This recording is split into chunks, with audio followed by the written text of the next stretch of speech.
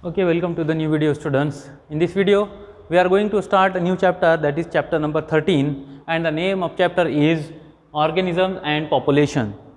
ठीक है, तो ये चैप्टर नंबर 13 है हमारा. इससे पहले के जो चैप्टर है वो हमने अलग अलग टॉपिक पर पढ़े हैं. ये चैप्टर के अंदर देखते हैं क्या है हमारे पास.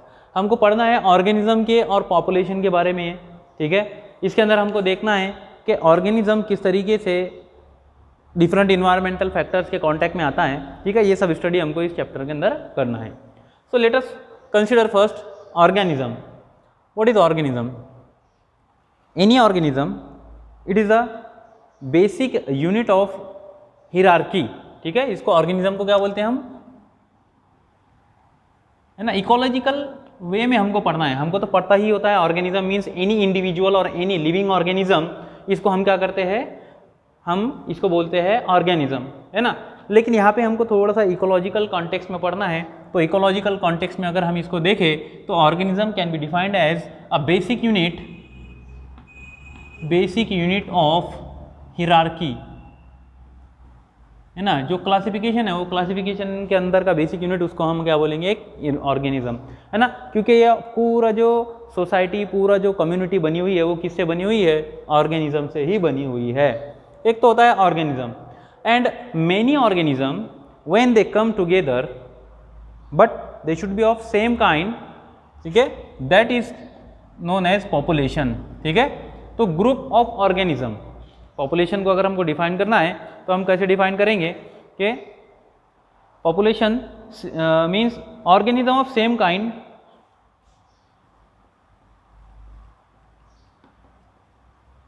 organism of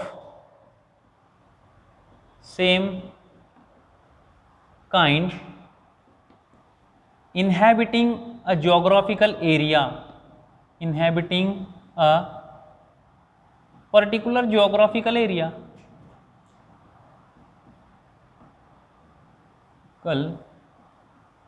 inhabiting means dwelling, रहने वाले.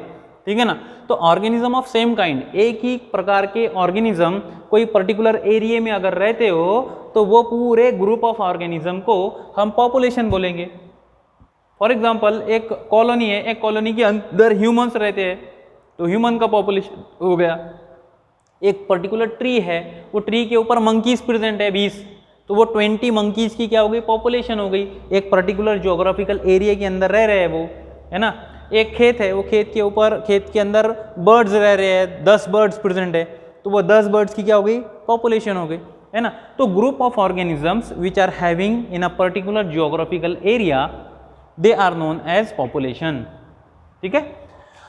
Then next terminology is community. ठीक, देखो ये कैसा है, ये कॉमन टर्मिनोलॉजी तो है ही है, लेकिन हमको थोड़ा सा ये बुकिश लैंग्वेज के अंदर थोड़ा सा इसको याद करना होगा. ठीक है, तो पहले ऑर्गेनिज्म है. Organism it makes, many organism makes population and several population together come and form community, है ना. तो कम्युनिटी कैसा हो जाएगा कि several population of different species. इसको अगर मैं डिफाइन करूँ तो कैसे होगा ये कि सेवरल पॉपुलेशन, यानी ये जो पॉपुलेशन है अलग अलग प्रकार के, हम किसको कंसिडर करेंगे, ह्यूमंस की कॉलोनी को भी कंसिडर करेंगे. वो कॉलोनी में रहने वाले बर्ड्स अगर है तो वो बर्ड्स भी आ गए, वो कॉलोनी में रहने वाले मंकीज अगर है तो वो मंकीज भी आ गए. तो ये सब मिलकर अब जो बन रहा है that is known as community. ठीक है, तो several population of different species,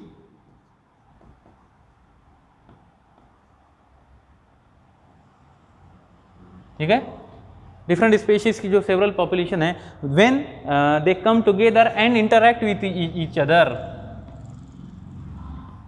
and interact with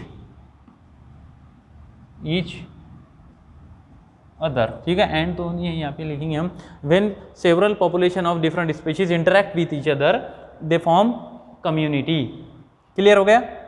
तो ये 3 टर्मिनोलॉजी हो गई, एक ऑर्गेनिज्म, पॉपुलेशन, देन कम्युनिटी. ठीक है. After community there is one another terminology, 4th terminology which is known as biome. ठीक है, बहुत इंपॉर्टेंट टर्मिनोलॉजी है, समझना इसको जरूरी. कैसे समझाएंगे इसको? Biome can be defined as the community of plant and animals having common environmental characteristics. Biome का अर्थ क्या होता है कि ऐसे एनिमल्स और प्लांट की पॉपुलेशन, ऐसे एनिमल और प्लांट की कम्युनिटी जिसके अंदर सेम इन्वायरमेंट कंडीशन के अंदर रहने की एबिलिटी हो, है ना, that is known as biome. बात ख्याल में आ रही? एक क्या हो गया, हम बोल सकते हैं कि एक बड़ा सा जोग्राफिकल एरिया है, वो जोग्राफिकल एरिया फॉर एग्जांपल एक डेजर्ट है, ठीक है, तो वो डेजर्ट उसके अंदर इन्वायरमेंटल कंडीशन कैसे है, इन्वायरमेंटल कंडीशन है एकदम सनलाइट ज़्यादा होगा, टेम्परेचर ज़्यादा होगा, पानी की डिफ़िकल्टी होगी, पानी की स्कार्सिटी बोलते हैं इसको, है ना, पानी की कमतरता होगी।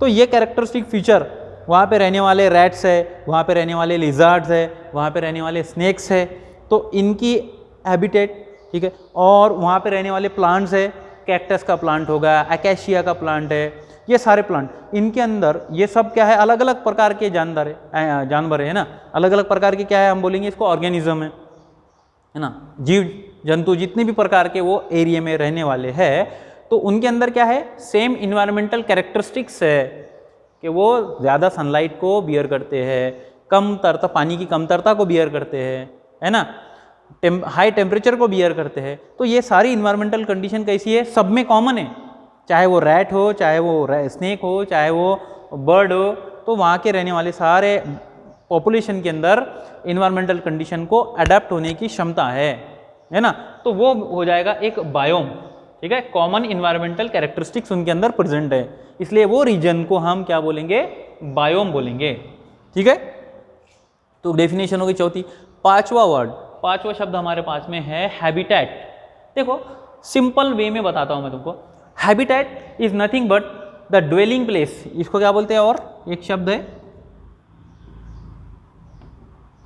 Dwelling place. ड्वेलिंग प्लेस का अर्थ होता है रहने की जगह, तुम्हारा घर है ना, वो घर तुम्हारा हैबिटेट है। सिंपली एड्रेस, यहाँ पे मैं और एक सिंपल शब्द में बोलता हूँ, एड्रेस, पोस्टल एड्रेस जिसको बोलेंगे हम, है ना, रहने की जगह। फॉर एग्जाम्पल अगर कोई फिशेस है, फिशेस कहाँ रहती है, रिवर में, तो रिवर उनका एड्रेस है ना, फिशेस रिवर में रहने वाली है, तो रिवर क्या हो गया, उनका हैबिटेट हो गया ना। बर्ड्स है, बर्ड्स का हैबिटेट क्या है, ट्रीज है, ट्रीज पे रहने वाले बर्ड्स हैं, तो वो उनका हैबिटेट हो गया। बात ख्याल में आ रही है? ओके। फॉर एग्जाम्पल बैक्टीरिया है, बैक्टीरिया फॉर एग्जाम्पल हमारे सर में प्रेजेंट है, ये सिर के अंदर प्रेजेंट है, तो यहाँ पे रहने वाले बैक्टीरिया का हैबिटेट ये सर हो गया। तो हैबिटेट ये क्या बोलेंगे इसको, एक पर्टिकुलर ऑर्गेनिज्म के रहने की जगह होगी। बात ख्याल में आई ना? तो पर्टिकुलर ऑर्गेनिज्म जहाँ पे रहता है that is known as habitat. Clear? Next terminology is niche, ठीक है, इसको निशे भी बोलते हैं। तो निशे देखो ये थोड़ा सा डिफिकल्ट रहेगा अंडरस्टैंडिंग के लिए। कैसा होता है, इसको भी समझने के लिए हमको कुछ आसान शब्दों में समझना पड़ेगा। कैसे कि it is a functional role played by an organism in the environment. Environment के अंदर एक पर्टिकुलर ऑर्गेनिज्म कौन सा रोल प्ले कर रहा है, दैट इज नोन एज निशे। ठीक है, ये क्या है, रोल और एक्टिविटी। यहां पे सिंपल क्या बोलूंगा मैं तुमको, simple activity. Niche means activity of organism which is performed in its habitat, यानी वो कौन कौन सी एक्टिविटी परफॉर्म करता है, इसको हम निशे बोलेंगे। फॉर एग्जांपल खाना खाने के लिए जाता है, शिकार करता है ना, पानी पीता है, उसके बाद में इन्वायरमेंट के साथ कैसे इंटरैक्ट होता है, दूसरे ऑर्गेनिज्म के साथ में कैसे इंटरैक्ट होता है, उनसे लड़ाई करता है या उनसे लड़ाई नहीं करता है ना, कंपटीशन करता है या नहीं करता है, ये सारी एक्टिविटीज ऑर्गेनिज्म की it is included in niche. ठीक है, तो we can say that functional role played by an organism in its environment. ठीक है, तो हम इसको बोलते हैं निशे। अब निशे में और हैबिटेट में थोड़ा सा डिफरेंस है क्या नहीं? निशे और हैबिटेट के अंदर डिफरेंसेस कौन कौन से हैं? देखो, हैबिटेट मैंने बतला दिया कि area in which organism live. Niche it is activity perform by the organism. दूसरा डिफरेंस क्या बोलेंगे हम कि habitat consist of numerous niches. एक हैबिटेट में many niches may be present. For example एक ट्री है, वो ट्री के ऊपर क्रो भी डेवलप हो रहा है, क्रो भी रहता है और मैना भी वहाँ पे रहती है, और उसके बाद में दूसरा चिड़िया कंसिडर कर लो, है ना। तो ऐसा ज़रूरी है क्या एक आम का बड़ा सा पेड़ है तो उसके ऊपर खाली एक ही प्रकार के बर्ड रहेंगे? नहीं, वहाँ पे अलग अलग प्रकार के बर्ड भी रह सकते हैं। एक पॉन्ड है, एक पॉन्ड के अंदर सिर्फ एक ही टाइप की फिश रहने वाली है क्या? नहीं, कुछ फिशेस छोटी होगी, कुछ बड़ी होगी, अलग अलग प्रकार की होगी, है ना। तो हम ये बोलते हैं कि एक हैबिटेट के अंदर अलग अलग निशे प्रेजेंट होते हैं। अब छोटी फिश की एक्टिविटीज़ अलग है, बड़ी फिश की एक्टिविटीज़ अलग है, तो हो गया ना अलग अलग निशे। एक जैसे ये hope you would have understood this example, है ना, कि एक हैबिटेट में many niches may be present, ठीक है। While on the other hand habitat इसके अंदर नहीं आ सकते, ठीक है ना। तीसरा डिफरेंस अगर मैं बताऊं तो effect of temperature, rainfall and other abiotic factors, ठीक है। ये हैबिटेट के ऊपर, रहने की जो जगह है इसके ऊपर डिफरेंट फैक्टर्स का इफेक्ट होता है। कैसे?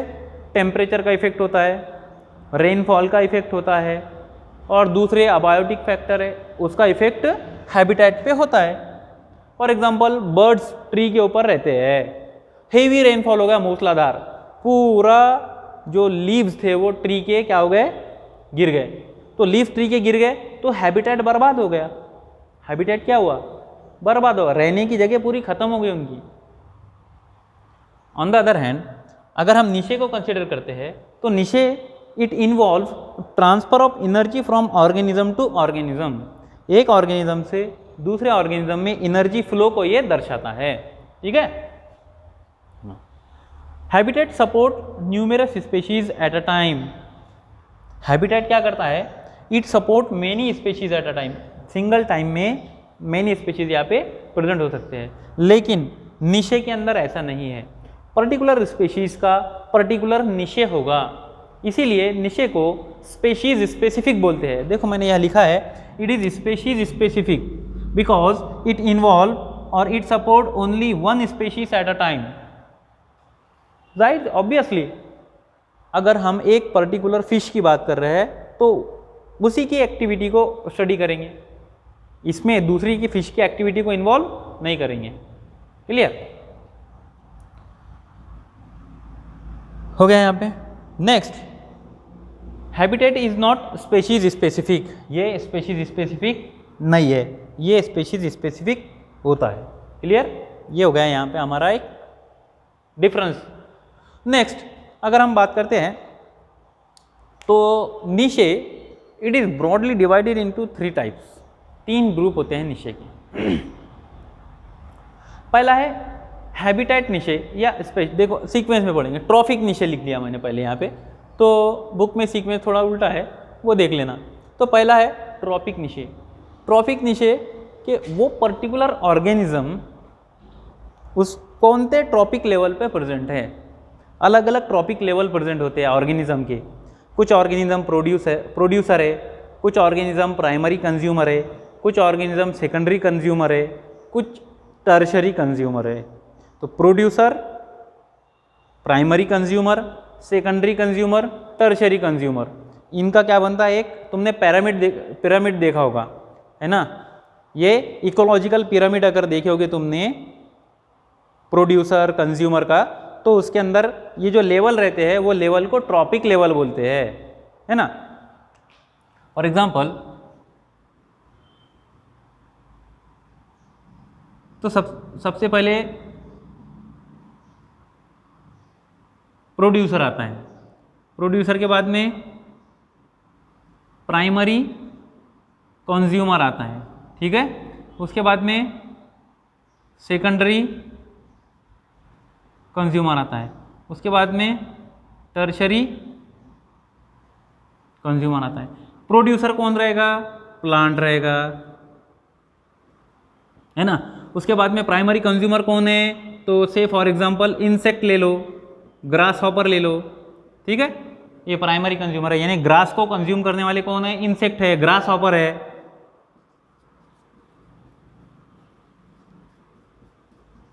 अब ग्रास हॉपर को कंज्यूम करने वाला कौन है?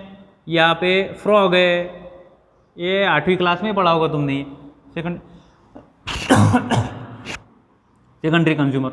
ये फ्रॉग को कौन कंज्यूम करने वाला है? फ्रॉग को कंज्यूम करने वाला स्नेक है, ठीक है। फिर स्नेक को कंज्यूम करने वाला कौन है? स्नेक को कंज्यूम करने वाला ईगल है।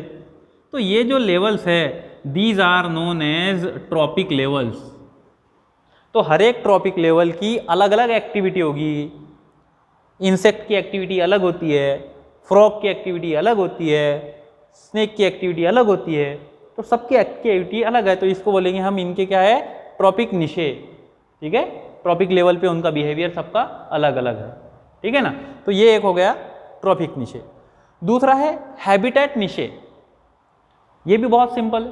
हैबिटेट निशे का अर्थ होगा कि ये कौन से हैबिटेट में रहता है और देयर स्पेशियल पोजीशन बोलते हैं उसको। क्या बोलते हैं? स्पेशियल पोजीशन, ठीक है। स्पेशल नहीं बोल रहा हूं मैं, स्पेशियल, ठीक है। यहाँ पे शब्द देखना, SPATIAL है। Spatial means the space occupied by the organism. किसी पर्टिकुलर प्लेस में वो कौन सी जगह फिट होता है उसको हम बोलेंगे उसका हैबिटेट निशे। कोई पानी में रहने वाला है, कोई बरोइंग एनिमल है यानी सॉइल के अंदर रहता है कि नहीं। किसी का जो स्पेशियल निशे है वो समुद्री पानी में रहने वाला है, कोई फ्रेश वाटर में रहने वाला है। तो सबकी एक्टिविटी अलग होगी कि नहीं होगी? तो इसी को बोलते हैं हम habitat niche. Clear? And third one is known as multi dimensional niche और hyper volume niche. Multi dimensional और हाइपर वॉल्यूम निशे, इसके अंदर बहुत सारे फैक्टर्स आ जाते हैं। बायोटिक और अबायोटिक फैक्टर्स कंसिडर करने के बाद जो उनकी एक्टिविटीज़ होती है ऑर्गेनिज्म की, उसको बोलते हैं हम मल्टी डायमेंशनल निशे, ठीक है। तो ये 3 प्रकार के निशे, ये याद रखना, ठीक है। थोड़ा शॉर्ट करके टॉपिक पढ़ाया हुआ है, ये बुक में से तुम लोगों को डिटेल में पढ़ना है। ज़्यादा डिटेल में बुक में जाओगे तो कंफ्यूज हो जाओगे। जितना टॉपिक में एक्सप्लेन कर रहा हो इसी पर से नोट्स तैयार करके लिखना है, ठीक है। ओके।